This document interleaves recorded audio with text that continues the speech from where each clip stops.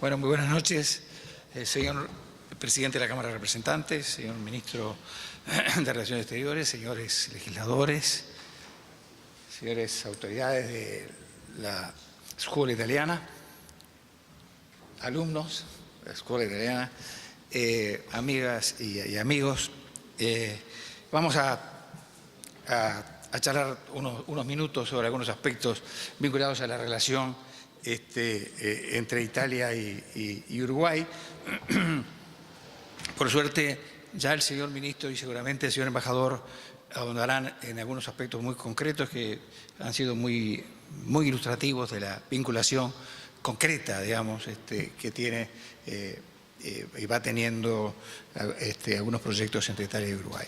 Así que vamos hay una primera parte, digamos, que vamos a tocar, que tiene que ver, un primer entendimiento, digamos, que es para ponernos de acuerdo en un panorama global, que tiene que ver con el comercio, la balanza comercial general italiana. Bueno, como ven, con algunas caídas ahí que tuvo en la crisis, digamos, que también afectó a la Unión Europea, además de Estados Unidos y otros países desarrollados. Luego comenzó un proceso de recuperación y hoy día tiene una balanza comercial en euros positiva, bastante. Es el octavo exportador del mundo y el 10º importador del mundo, la República Italiana. Si vamos un poquito y tratamos, todo esto está sacado en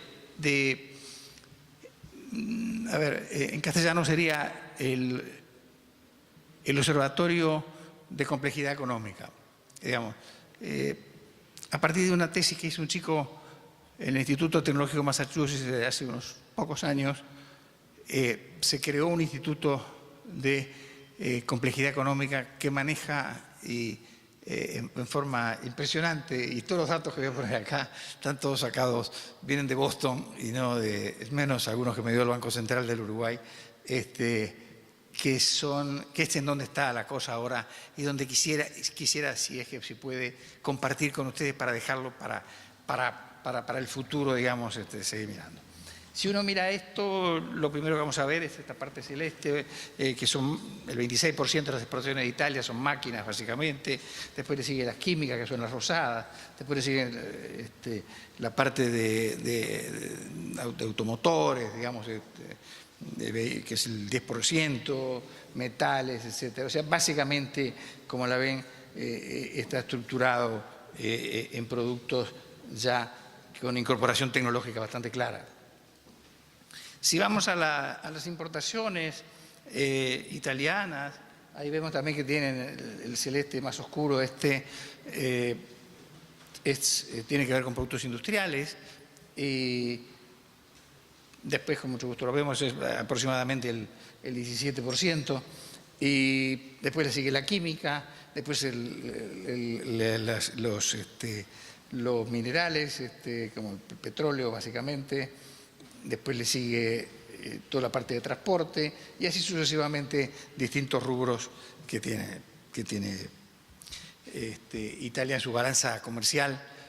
Un punto importante: Italia tiene 534 productos de lo que hoy contemporáneamente llamamos en economía ventajas competitivas reveladas.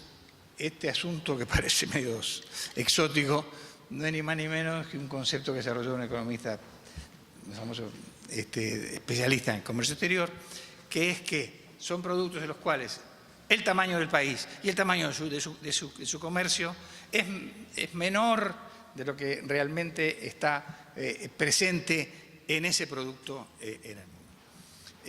Como veremos, o sea, 534 productos, Italia está por fuera, digamos, de lo que le correspondería tener, y eso se debe a alguna ventaja comparativa que tiene.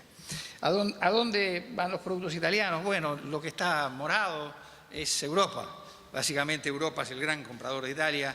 Acá vamos a ver una gran diferencia con Uruguay, un gran comprador de Europa. Después la parte roja que es más o menos el 17% es Asia, con una cierta presencia de China, como es obvio.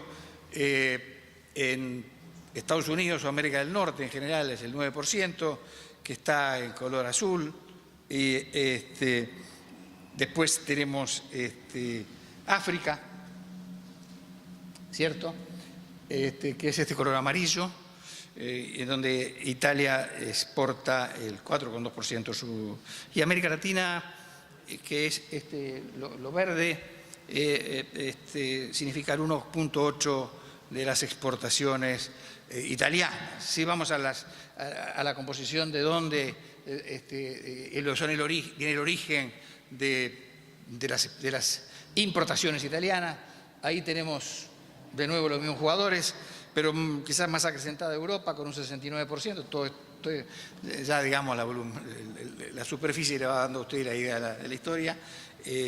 China y Asia más o menos el 20%, China solo el 7,5%, después América del Norte lo tenemos casi con el 4 y pico por ciento, 5%, después viene África y después América Latina con prácticamente igual que las exportaciones, que el porcentaje de exportaciones, o sea, 1,9% de las importaciones de Italia provienen de la región. Si ahora, visto este panorama global de Italia, pasamos al panorama global de Uruguay. Bueno, las producciones de Uruguay, la realidad de Uruguay está ahí marcada, digamos, vamos con una balanza comercial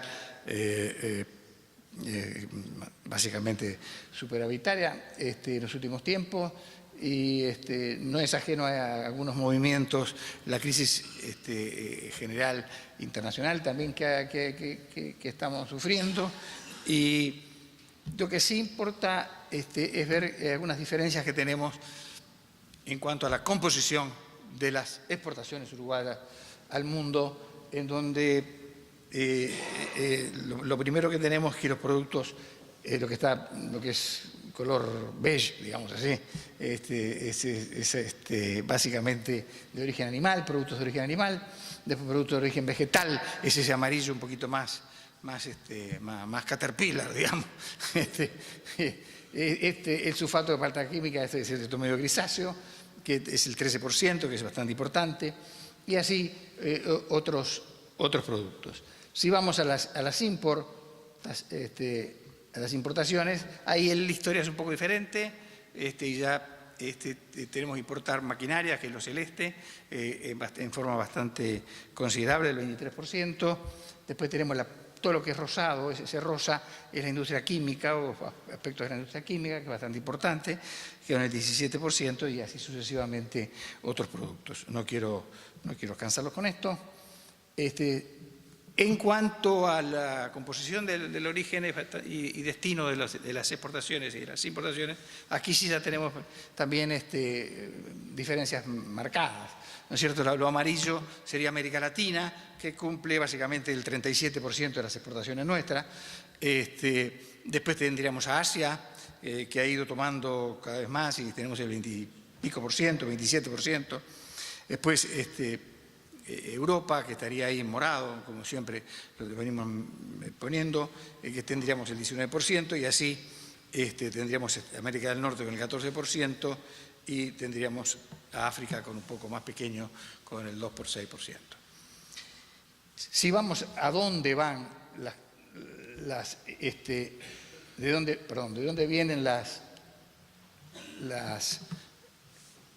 importaciones uruguayas, tenemos de nuevo ahí la presencia grande de América Latina, en donde el 36% vienen básicamente de ella, es lo verde. Después tenemos Asia con el 37%, muy importante Asia ya, y después Europa ahí con un 19%, igual que Estados Unidos y otros países, y África con un 7%. Así como Italia tenía, recuerdan que dije este concepto de productos con ventaja comparativa revelada, ¿sí? Uruguay tiene 132 productos de ventaja comparativa revelada. No está tan mal, digamos, mencionar esto, no cualquier país de América Latina lo puede tener. Vamos entonces al segundo entendimiento, o sea, más o menos ahí tenemos ahí un cuadro para ubicarnos en la cancha, de qué tamaño tiene, cómo están, cuántos jugadores tenemos, y ahí entramos en el entendimiento 2, que es el comercio bilateral, a la cual ya hubieron referencias muy acertadas. Yo simplemente acá estoy poniendo los datos que pedí al Banco Central del Uruguay y como bien dice el señor canciller, y seguramente muchos presentes pensarán, ¿por qué no se agregan algunas transacciones que provienen de zonas francas y demás? Pues esto se debe un poco a regulaciones internacionales estadísticas, más que nada. Entonces yo acá estoy poniendo lo que el Banco Central me mandó en el mail cuando le pedí la cifra oficial del banco, y no más que eso, pero en realidad si tomamos las zonas francas, y eso es mucho más importante que esto. Y ahí tienen, no los voy a cansar, pueden tener la transparencia, está un poquitito nublada, tienen el detalle que me mandó el banco de en los últimos 5 años, qué exportaciones tenemos, en qué conceptos, que es bastante distinto de lo que tiene Italia y las exportaciones que venimos. Pero tuerzo ahora, después de esta parte anatómica, digamos así, en términos médicos, me gustaría profundizar más en la filosofía de la cosa, o en la fisiología, si lo quieren también, que es donde me importa más pensar en el futuro de las relaciones de Italia y de Uruguay, y en alguna medida nos involucra a todos. Italia y Uruguay se llama este entendimiento revoluciones tecnológicas. En el siglo pasado hubieron 2 revoluciones tecnológicas.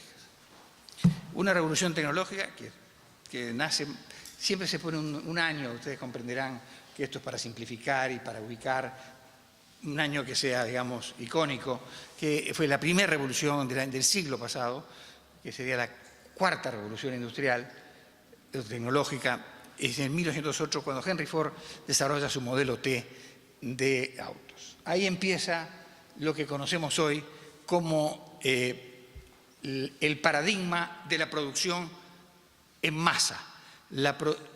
Si alguien, yo la vi por lo menos, este genio que era Chaplin, que vieron tiempos modernos, bueno, ese es el paradigma de la producción de masa.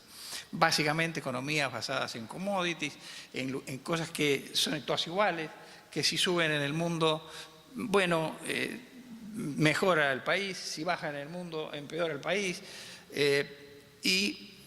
Digamos, el problema es que ha venido hacia el año 71, también lo ponemos como un punto icónico, que es cuando Intel desarrolla en su laboratorio de Santa Clara, en California, el primer microprocesador para transformar en la revolución tecnológica que estamos hoy, que ya no sabemos, digamos.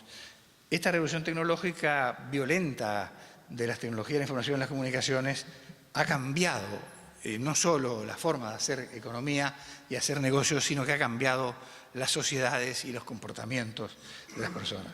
Acá tenemos algunos distinguidos y hombres que saben mucho de política, pero ustedes habrán leído que Cambridge International le pagó 15 millones el señor presidente Trump y bueno, Cambridge Analytica usando una tecnología de Big Data con poca, digamos, la parte jurídica no me quiero meter, con poca información de unos cuantos pocos cientos de miles, había 7.000 cruces de información de qué querían los americanos. Y la campaña se dedicó a pegar allí, donde exactamente Cambridge International le decía que había que hacerlo. Cambridge International también fue contratada por los ingleses para ganar el Brexit. Y Cambridge International también fue tomada por los, contratada por los catalanes para ganar las primeras elecciones. Y es, por supuesto, asesora de Rusia y del presidente Putin en particular. Después de este lío que ha habido, no sé qué ha pasado porque ya entramos en tema. Pero digo, lo que quiero decir es que la Big Data, a ver, toda esta revolución de las tecnologías de la información y las comunicaciones, sabemos cómo empezamos, pero no estamos sabiendo cómo vamos a terminar todos. E incluso para, bueno, no sé si acabará con un militar que sepa mucho más que yo de esto, cuando el presidente Obama tuvo que resolver el problema de Osama Bin Laden, contrató a una empresa de Big Data que es especializada, yo calculo que debe ser de los servicios de inteligencia, supongo yo, está mismo frente a la Universidad de Stanford, se llama Palantir. Esta empresa Palantir manejó todos los datos que estaban en la zona potencial donde podía estar el señor Bin Laden y en un determinado momento descubrieron que había una sola casa en la cual vivían 10 personas que no usaba celular, ninguno. El celular es un elemento bastante fácil para detectar con ciertas tecnologías. Y que entraban muchas personas a la vez y por día y que tampoco se llevaban celular. Entonces dijeron, bueno, acá hay una cosa que es muy rara porque todo el barrio hace eso, toda la zona hace eso. No es un tema de la zona o una costumbre, sino que acá hay algo raro. Se los comento, se lo dejo así, bueno, después habrán seguido. Le quiero decir, estamos viviendo en otro mundo y esto, a ver cómo vamos a decirles, no se para, esto sigue, lo único que va a suceder es que va a seguir creciendo y tiene su lado muy soleado y tiene su lado sombreado, oscuro, ¿no es cierto? Que por mi manera de ser no me gusta hablar de los lados sombreados, pero algunos hay. Estas revoluciones tecnológicas, el mundo te tiene que ubicar en alguna. No hay ningún país desarrollado del mundo que esté en la primera revolución tecnológica. Todos los países desarrollados del mundo, todos, 100%, de los países desarrollados del mundo están ampliamente, con distintos matices y tamaños y profundidades, en la segunda revolución tecnológica que ya tiene ya desde el año 71 y que sigue creciendo ya con inteligencia artificial, con Big Data, con temas de robótica, con temas de nanotecnología que ya realmente no sabemos bien cómo nos vamos a ubicar.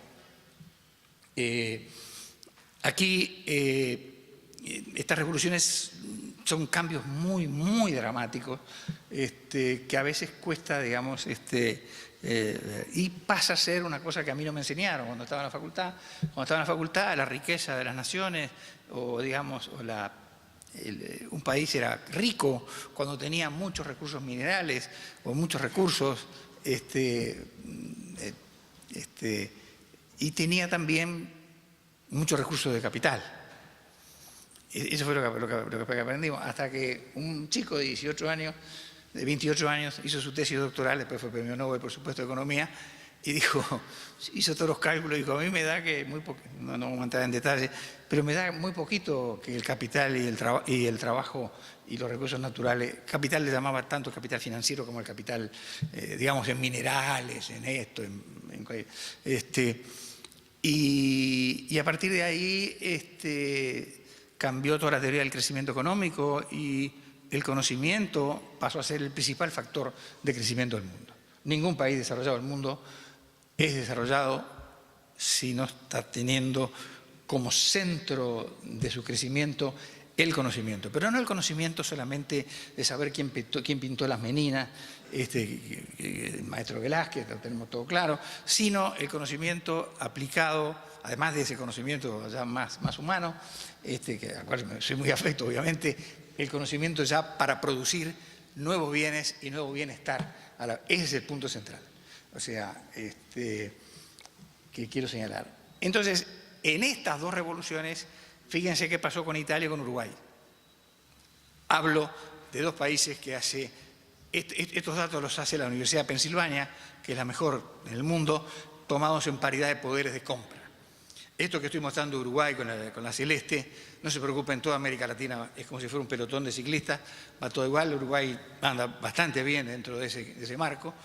E Italia no es de los países que se ha desarrollado más, pero ya lo ven ahí. ante el año 50, 5 años después de terminada la Segunda Guerra Mundial, Italia tenía menos producto per cápita en paridad de poderes de compra, ¿no? O sea, con $100 en Uruguay, ¿qué compro? ¿Capito? ¿Se entiende? ¿Qué compro en Milán o qué compro en Londres? Compro lo mismo. En paridad, son estadísticas bastante complejas, pero no es así a la que te criaste, dividir el producto entre el número de personas, sino ver la capacidad de compra. Son estadísticas bastante complejas. Esto les hace el mejor de la Pensilvania. Fíjense cómo Italia empieza por debajo de nosotros y sigue para arriba, pese a que Italia no ha sido de los países que más ha crecido. Si yo le pusiera acá a 3 países, que no es la idea, pero que son los que más me angustian, pero estoy seguro que los uruguayos lo vamos todos a lograr, son 3 que eran como nosotros, o sea, por lo menos 2 de ellos son Nueva Zelanda y Australia, y ni hablar que Finlandia, ¿no? O sea, países que tienen, si ven, no les quiero decir Singapur porque ya la gráfica se parecería agresiva. Pero ¿qué es lo que estoy poniendo acá? ¿Qué es lo que quiero decir con esto? Es que Italia tenía claro que había un cambio de una revolución tecnológica y entra en esa revolución tecnológica claramente y sigue la trayectoria que pudo. Y Uruguay, lo que en economía decimos, en general, todos los que trabajamos en esto, un distanciamiento permanente que se va haciendo cada vez más grande entre el mundo, que ha entrado de lleno en la economía del conocimiento, que es esta nueva economía, y los países que están todavía muy mezclados en la economía de las cantidades o de la economía de masas. Es importante entender esto para entender esto que viene ahora después. Este instituto de MIT, del Instituto de Tecnología de Massachusetts, este observatorio, produce un índice de complejidad que yo me quedé, la verdad, cuando lo estudié, una cosa impresionante, ¿no? Pasmado, el índice de complejidad económica. Que acá le voy a mostrar el índice de complejidad económica, los índices, saca un índice, ¿no es cierto? El índice, fíjense, en el primer tenemos a Italia, que estaba en el año 80 en 8º lugar, con un índice determinado, no importa el número, ¿no es cierto? Ahora vamos a ver, el índice de complejidad económica tiene que ver con el índice de que la economía incorporó conocimiento y tiene redes de conocimiento que van haciendo que los productos sean cada vez más innovadores, más creativos y que el precio lo fije el país que está haciendo la producción de eso. Ya en 2016, que es el último dato emitido por el Instituto, Italia pasa al lugar 17, o sea, baja unos cuantos lugares, y Uruguay, que estaba en el 32, también baja unos cuantos lugares. Pero también miren lo que está abajo, que tiene mucho que ver con lo que decía el señor canciller. Tenemos Estados Unidos, era el lugar 9 en el año 80, hoy está en el lugar 7. O sea, el mundo, para tenerlo claro, se ha, digamos, polarizado, digamos, sobre el punto de vista no solo económico, que es obvio, sino también sobre el punto de vista político, y nos tenemos que acostumbrar, y los chicos que están acá presentes van a vivir probablemente toda su carrera sabiendo que hay 2 grandes focos en el mundo, y Europa quedó ahí en el medio, digamos, como que con una gran historia que entró en la economía del conocimiento, pero no entró con la virulencia que entró Asia y que ya traía Estados Unidos. Por eso son los problemas que uno ve en Europa. Más allá de las anécdotas, el gran problema que tiene es un problema que no ha ingresado de lleno, claro, a jugar en la economía del conocimiento. Ha entrado por su gran trayectoria. Alemania es la única que, digamos, que puntea ahí en este tema notoriamente, ¿no es cierto? Pero fíjense, China, como ya hace unos años era el 33, ahora es el 18, ya estamos en la cancha, y estos son el índice de complejidad económica del Uruguay. Esto, lamentablemente, esto es una impresión de pantalla, pero digo que esto es gratis, ¿no es cierto? No hay que pagar. Acá, si uno mira esto, en realidad lo que está diciendo es interactivo. Uno cliquea en cada una de los nudos y te dice qué producto es, de qué está compuesto, quién lo suministró, quién no lo puede suministrar, a dónde lo vendí o de dónde lo compré, ¿está claro? Los rojos son las materias primas, nosotros tenemos allí algunos productos de que ves los colores beige y amarillos muy oscuros. O sea, es el índice, esto es impresionante porque claro, se requería, no se podía hacer antes porque no teníamos un herramental informático como se tiene ahora. Esto es algo que a mí me juro que no dejo siempre de impresionarme con los avances que van a haber. Este es el mapa de complejidad económica de Italia, el mapa en el sentido académico. Como ven, es muy nutrido. Todo lo azul es industria, en fin, lo rosa son industrias químicas, medicamentos, etcétera. Pero lo que más importa de esto no es la anécdota de ver el dibujo, que además es muy lindo, pero más allá de eso, lo que importa de esto es que estos son los mecanismos contemporáneos para salir adelante. Mirar esto, saber quién importa, quién exporta. Acá puse Italia, obviamente que el instituto tiene para muchísimos países. Yo lo tomé de Italia y de Uruguay porque era lo que tenía que hablar en la noche de hoy. Pero digamos, si uno quisiera vender más a Italia, tendría que entrar acá y mirar qué es lo que está pasando. Y más que haber cosas, digamos, voluntaristas a veces, que no están acorde con las realidades. El entendimiento 5 es una nueva narrativa para el futuro comercial de Uruguay e Italia, con inclusión social y profundización tecnológica.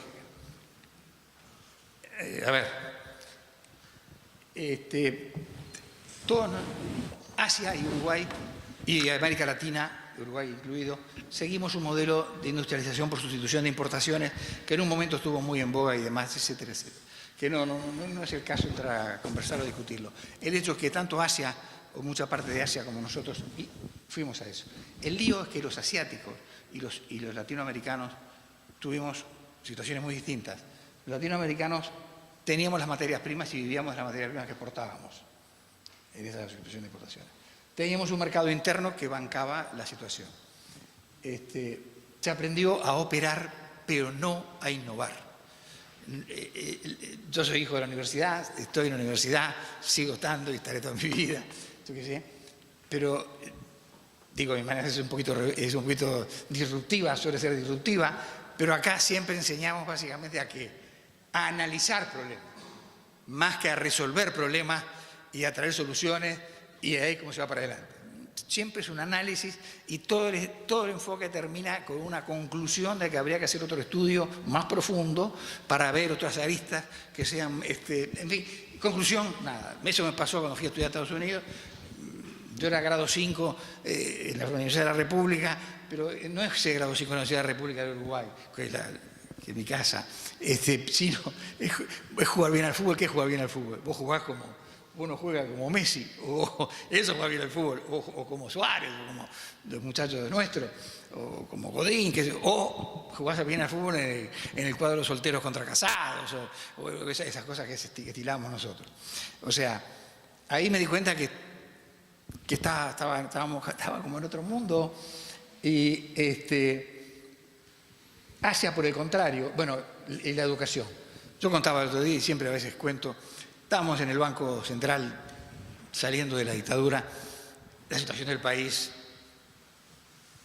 la conocen todos, o muchos los que peinan canas acá, o no peinan canas, pero bueno, pero la vivieron. Bueno, no se puede explicar.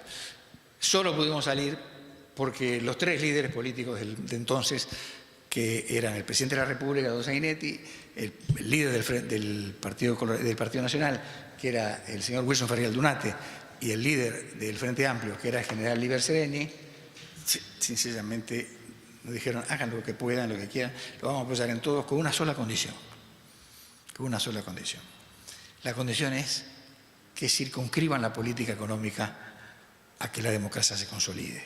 No me hagan un lío acá porque estamos, muchachos, por favor, hagan lo que quieran, sabemos que tenemos confianza, y todas las veces que lo siguen el presidente me mandaba a mí a hacer la ronda, explicarles todo, siempre fue, o sea, ¿por qué esa época me la recuerdo? Porque es la que me hace ser optimista, que cuando Uruguay tuvo consenso pudimos salir de una crisis que si vos la veías en los papeles, y de esto no sale nadie. Solo se pudo salir, no porque lo que hicimos nosotros, porque nos pagaban para que trabajáramos, solo se pudo salir porque las fuerzas políticas y sus liderazgos tendrían discrepancias en otras cosas, qué sé yo, pero apuntaron a resolver ese problema.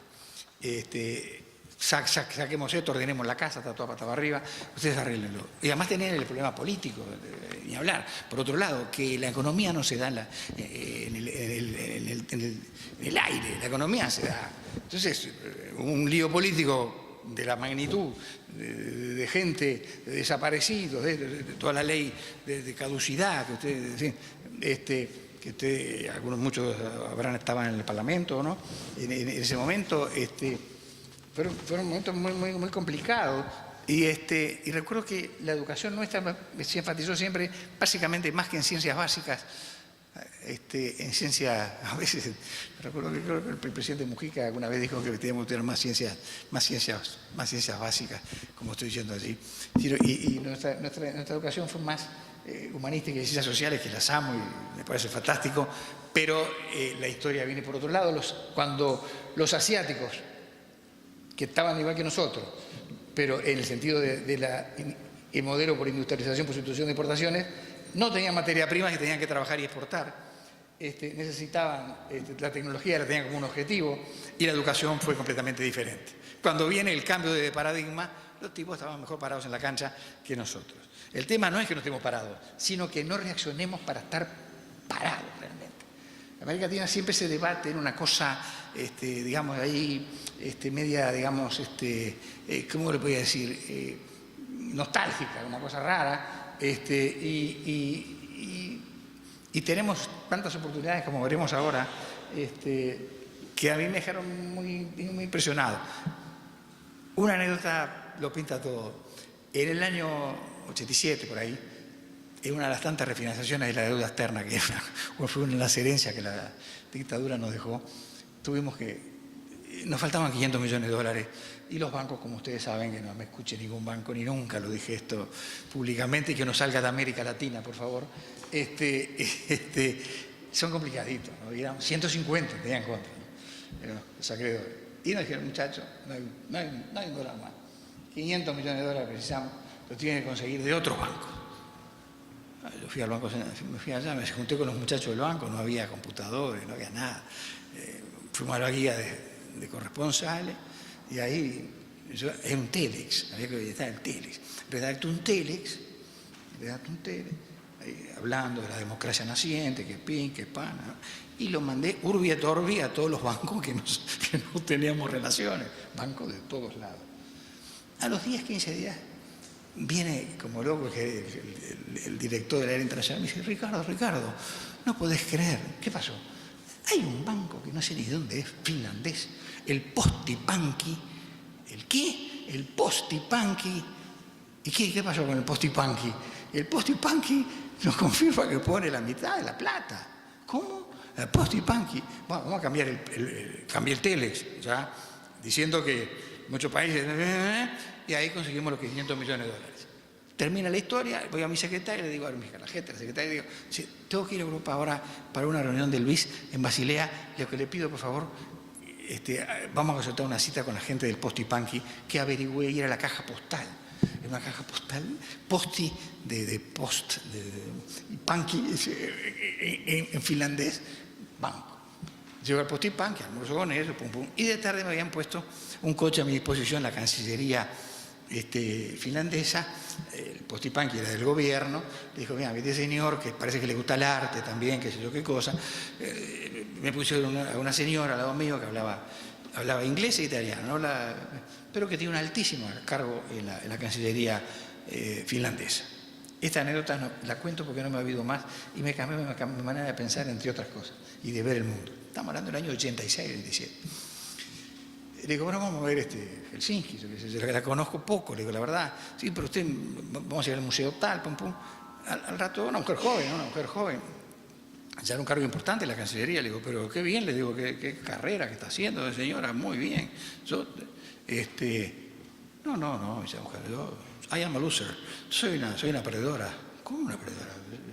Pero la mujer de su edad ya está a esa altura, digo, en un país en el cual ya ellos, más que feminismo, ya estaban pasados, esa mujer podía ser ministra, número 1, lo que quisiera, ¿no? Y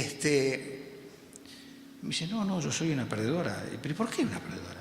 Y porque soy una perdedora porque yo estoy en este cargo, que para usted es muy importante, pero la verdad que yo lo que quería ser es maestra.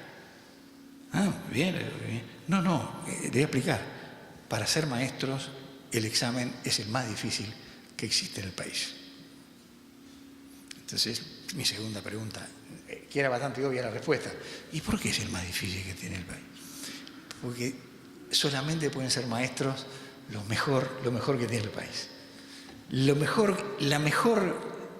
elemento humano que tiene el país son los que tienen que formar a los líderes del futuro, a los trabajadores del futuro, a los sindicalistas del futuro, a los empresarios del futuro, a los profesores del futuro, y no me olvidé nunca más.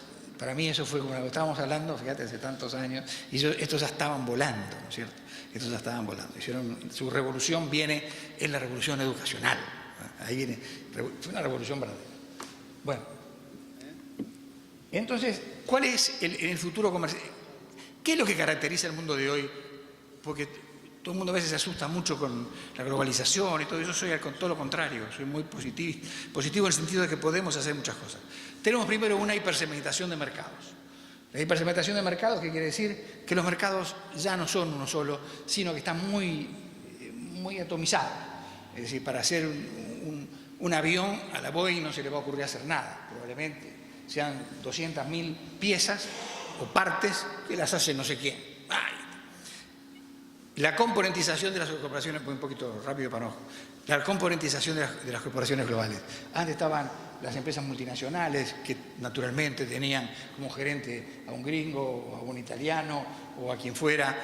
Hoy ya es un local, hoy ya tiene que innovar el local, hoy ya tiene que estar en otro mundo y es un mundo muy componentizado. Las organizaciones son en red, ni hablar. Tenemos que hablar de la localización. Que estas palabras son sacadas de una gran profesora venezolana que vive en Londres, vive en Inglaterra, Carlota Pérez, que la hemos tenido entre nosotros varias veces y que algunos amigos acá como Lupi la han entrevistado y ella ha hablado bastante de lo que pensaba. Amiga de Uruguay y amiga de nosotros, la más importante en este tema. Entonces, la localización que dice que tenemos que hacer global lo local y local lo global. Esto me llevaría bastante tiempo, pero vamos a ver. Después tenemos que saber que coexisten distintos niveles tecnológicos. No todo es altísima tecnología, hay cosas que no son de alta tecnología. Y el tema ambiental como fuente de innovación. Cuando tuve que hacer algunos trabajos de tesis, doctorales y esas cosas, tuve que trabajar. Sabía que los uruguayos somos muy aversos al riesgo, pero había un grupito de empresas que había accedido a un crédito que el Estado tenía, que hacía para proyectos contemporáneos más modernos, y esos fueran completamente distintos. Había mucho más presencia de mujeres que no tenía que ser un señor muy grande para ser el número 1, era gente más chica, y además habían entendido las reglas del juego. Yo no voy a competir con una pyme, porque en Uruguay y en Italia el 90% del aparato industrial italiano está compuesto por empresas de menos de 100 personas, son todas pymes y además muchas de ellas de origen familiar. O sea, pero la cabecita es de innovar, están en este otro paradigma. Y ese grupito de empresas que eran 40 y pico eran completamente distintos al resto de las empresas. Eran empresas que realmente habían entrado a ser muy exitosas haciendo componentes y sabían de repente hacer unos componentes, una de ellas que no me puedo olvidar, para los coches de altísima gama, Mercedes-Benz, Audi, qué sé yo, BMW, Y iban a Alemania, la mujer iba a Alemania 2 veces por año, estaba con los últimos aparatos, etcétera, etcétera. En suma, Uruguay tiene con Italia, no podemos empujar un comercio, sino que tenemos que hacerlo inteligentemente. Hoy ya tenemos herramientas, estamos en una nueva revolución tecnológica que o entramos en ella o seguimos un camino, digamos, más letárgico, ¿no es cierto? Entonces el nuevo paradigma para mí está instalado y comprendiendo su funcionamiento, digamos, y obrando en consecuencia, pero fuertemente, ¿no es cierto? Este tipo de temas de pasar a la nueva economía del conocimiento, amigas y amigos, no es un tema como, un médico, no podés vacunar una manzana si hay una epidemia, tenés que vacunar a todos. O sea, en esto todo el mundo tiene que estar de acuerdo. Si no estás de acuerdo con esto, todos no alcanza con... Fíjense que se han hecho avances importantísimos. Hoy tenemos la innovación puesta en la agenda de un gobierno. Hace tiempo ha habido el plan Ceibal, ha habido otros planes, ha habido la ANI, y son esfuerzos muy importantes que van a dar... Pero lo que tiene que ser una política de Estado, el rumbo exacto de Uruguay, si va a estar en la economía del conocimiento, sin despreciar, naturalmente, las ventajas comparativas que tenemos de la economía de masa, o seguimos en una media tinta que es justamente cuando no nos va a ir mejor. Mantener entonces las estrategias del pasado no parece ser hoy día el